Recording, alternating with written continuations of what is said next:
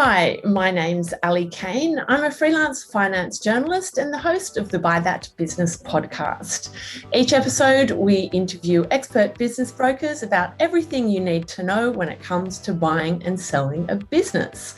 This episode, I'm joined by Alan.Wood, who's an expert from Fin Business Sales at buying and selling rural and regional businesses. Everyone seems to have wanted to move to the country during COVID to have a tree change or a sea change. But it's really important that you understand what's under the bonnet if you are going to buy a business in the bush. Welcome to the podcast, Alan. Hi, thanks, Sally. Nice to be here. Very nice to talk to you too. So what sort of businesses are people buying in the bush? Yeah, I mean, that's an interesting question. When you say the bush, I guess I'd break that down a little bit. Where I am based in Geelong, for example, that's more like a regional city.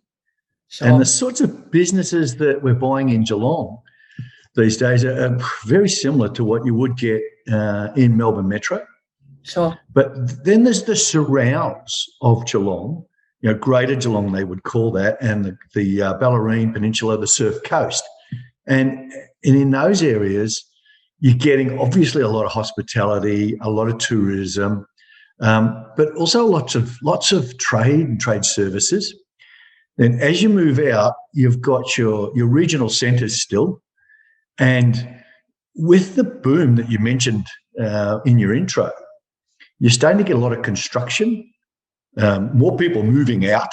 So you're getting house building and you're getting lots of trade services, but specific industry associated with that particular area. And then, now when you get right out to the rural, which you might call the bush, I suppose, you're still getting you still get a lot of services, businesses around what's happening in that area. So it could be farming. Could all be a lot of machinery, a lot of little engineering, manufacturing gems out there. Sure. So it's not all just, quite frankly, not all just coffee shops and little restaurants and takeaways and those sorts of things. There's a lot more to it. Is it hard to find a business? Is it sort of really hot? Do you find that something comes on the market and it's snapped up? Occasionally that'll happen. Very, very true. If it's something in demand, no doubt. But quite often, or perhaps I'd say more often, and this is historically, which is changing, in the bush you would probably have less buyers looking for businesses, but the buyers that are looking are a fair way down that buying process, and so they're more ready to buy. Sure. And so therefore, if you are going out there to try to find the right business in the bush, do your work first, because the people that will be out there looking mostly have done that. This is a bit of a cheeky question. Is it cheaper to buy a business in the bush or in a rural or regional area, like you said? Value for money. I always think that everything's got value for money. Is it cheaper? I don't think I would use that term, but people tend to buy in the bush for slightly different reasons, so that you're not always chasing profit, okay, when you're buying in the bush. Oh. There's a lot more to the decision process about why are you buying that business? What's that business going to be doing for you? And so if it's a tree change, it's got a heck of a lot to do with why are you moving there? What do you want to get out of this change in whatever you're doing in life? It's really a lifestyle decision, isn't it? Because you need to be part of the community for it to be a success, I can imagine. I think you just hit the nail on the head. Yeah. I think that if there was one nugget, that stands out. Quite frankly, why would you buy a business in the bush, so to speak, but even in regional areas? Why would you buy a business if you actually didn't want to be part of that community? 70% of the time, a fair amount, if not all of your business might be coming from that community. One of my questions was, how do you become a part of that community? Because I guess there's a perception that it can be hard to be accepted if you're a new member of a rural and regional community? Is there a shortcut like sponsoring the local footy team so that you can be accepted more easily?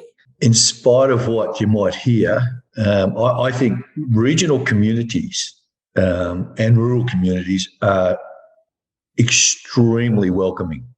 You know, they're not silly. They love to see people coming into their community. The key is to actually become a part of it, give to the community, so participate in the community.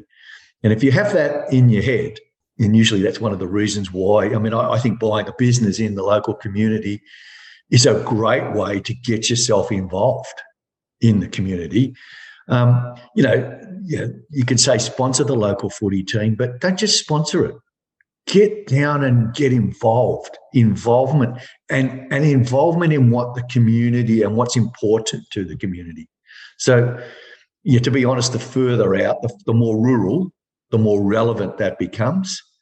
But look, I would say to you, I mean, I don't think there's a better example than the late Frank Costa in Geelong. Sure.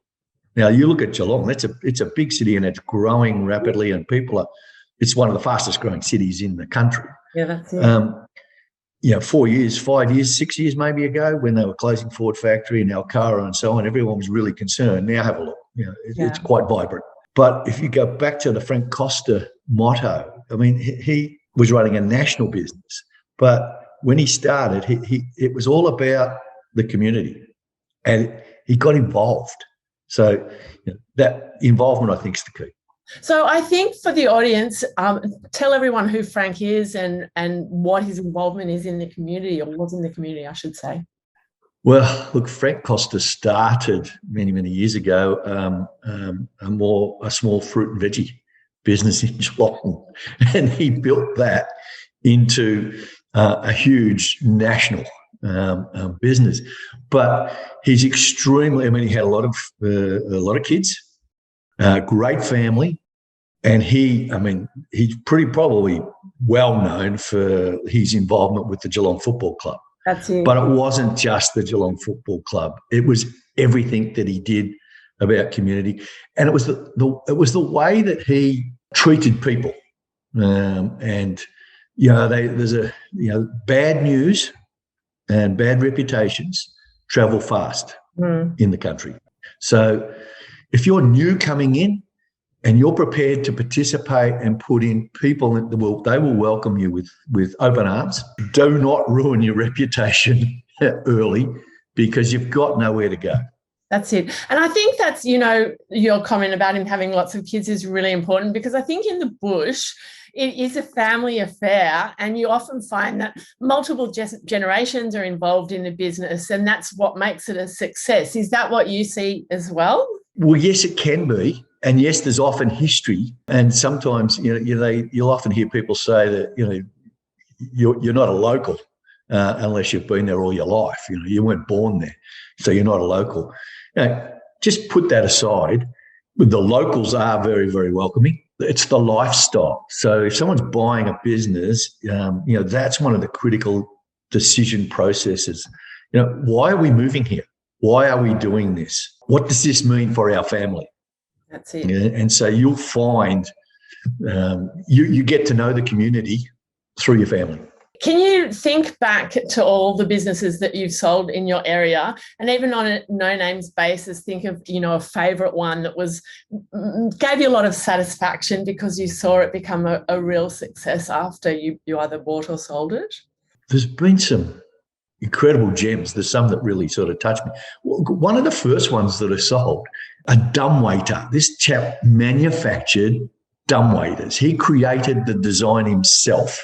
Wow. He had a history, right, from roller doors and a bigger business. And he used to do this stuff on the side. He sold the roller door business, and he created the manufacture, the sale, and he'd even arranged for implementation of these dumbwaiters in houses. Now, if you think about it, and it went beyond houses, actually. It used to go into buildings and offices 2 or 3 floors high, where you want to transport heavy things.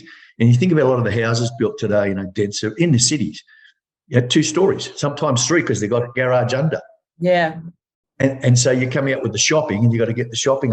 Well, he'd created this business where you could actually install these in any home.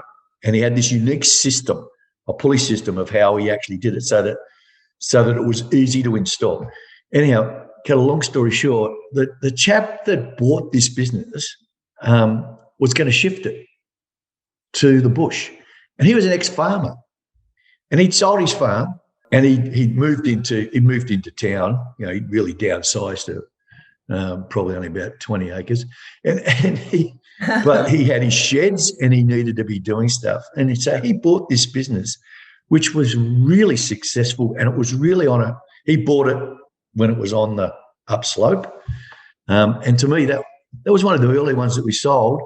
I think we sold it at a really good price. And I actually think the chap who took it on, he had reasons for wanting to buy it.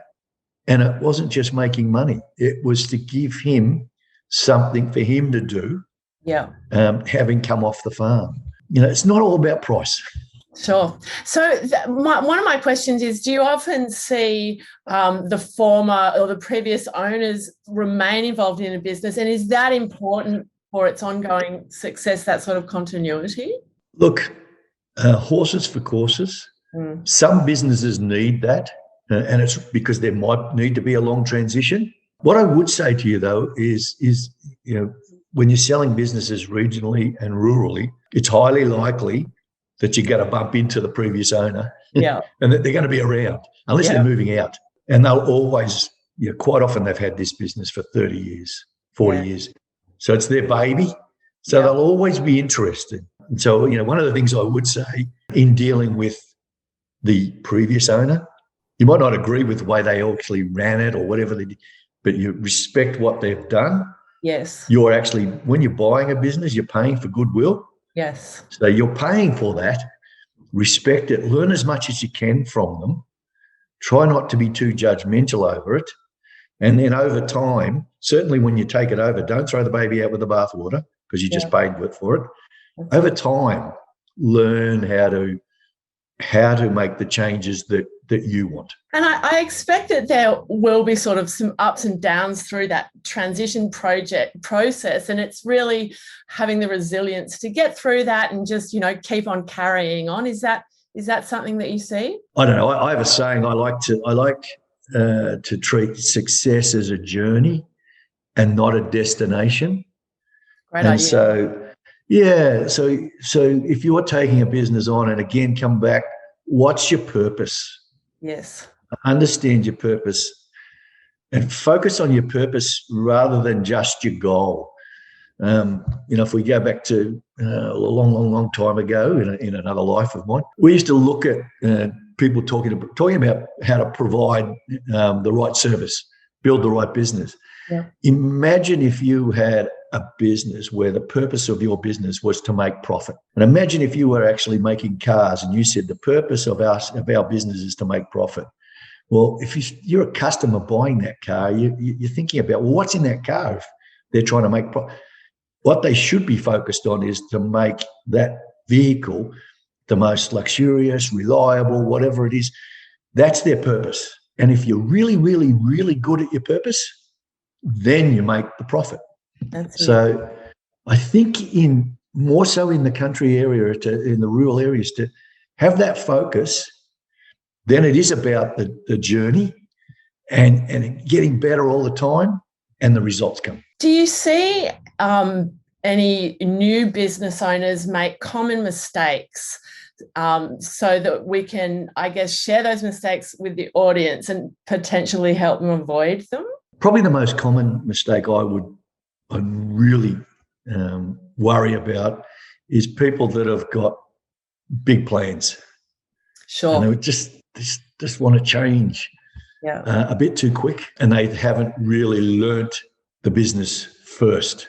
And then they try to make the change, and in the country areas in particular, you know, you when you're making a change or something, you need to plan, and you need to bring your staff, you need to bring your customers, okay, and even your suppliers. You've got to bring them with you. So do your research. Don't throw it away. That's really good advice.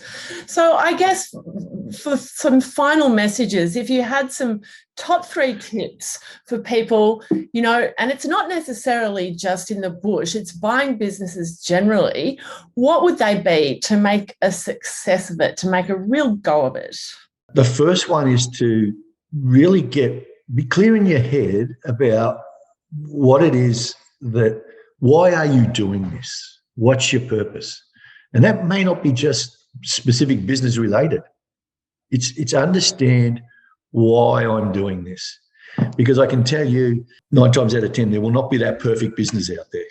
That's right. Okay. If you're looking for 10 out of 10, I'm sorry, you'll be looking a long time. But what do you like doing?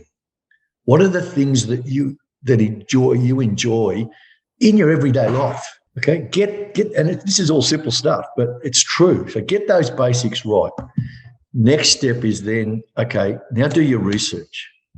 So understand what the industry is that you're going into. Understand the suppliers and your customers and where your customers are coming from. Okay, in the bush, for example, how many of them are local? How many are going to be people coming in? What sort of industry am I getting in? And what's the outlook for that? They are the 2 for getting ready to buy. Yep. Then just simply when you're going into it, just do your due diligence. It's pretty hard to jump a chasm in 2 steps. Mm-hmm. So, at some point, if you've ticked off your boxes, at some point you're going to make that step. It's a big leap, but you've got to have the faith that you can do. If you've done that work, you'll be fine. That's such great advice, Alan. I've really enjoyed talking to you this morning. It certainly makes me, want to go out and maybe have a tree change or a sea change myself. So thanks so much for joining us. That's all we've got time for today, but we'd really love to hear from you. So if you'd like to get in touch, please see the details at the bottom of the podcast. Thanks so much, Alan, and we'll see you next time. Thanks, Ellie.